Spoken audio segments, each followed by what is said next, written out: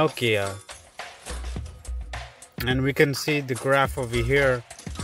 The blue one is Nokia, and the red one is the Vanguard 500 index. So the Vanguard 500 index is a lot more stable, very stable. It's like steady gains. There's some drawdowns, but steady gains for the most part, especially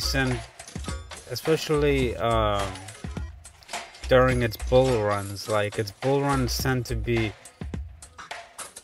like twice or three times as long as its downturns. This could tell me that it's possible that our next downturn could be like 3 years long, or 4 or 5 years long, or something like that. So the next stock market crash could be scary, but don't let me scare you guys though. I'm only speaking possibilities. Maybe it won't be as bad, the next stock market crash, you know? So maybe things are a little different nowadays, right? Who knows? Anyways, when we look at this, the CAGR, we can see that the S&P 500 grows on average of close to 10%, actually.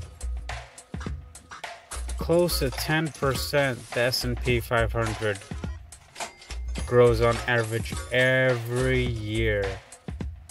Inflation adjusted, 7%. While Nokia, inflation adjusted, is only about 4.65%, while without including inflation, it's close to a 7% gain a year on average. That's on average, but we can see Nokia did have some dramatic increases in the past, during the dot-com bubble, and also right before the housing crash. So maybe it'll have another bull run, and you could get rich really quick.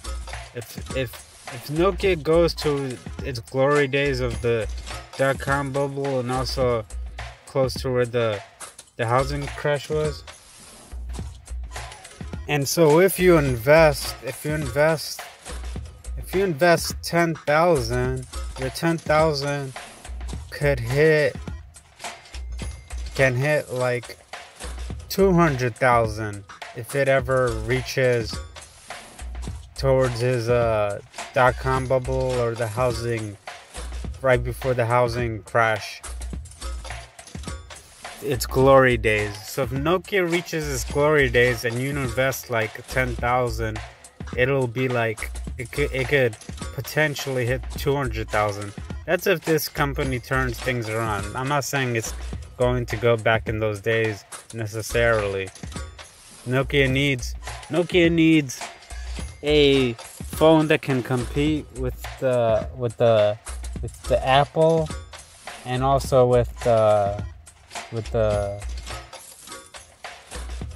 Google, the Androids. So that's when Nokia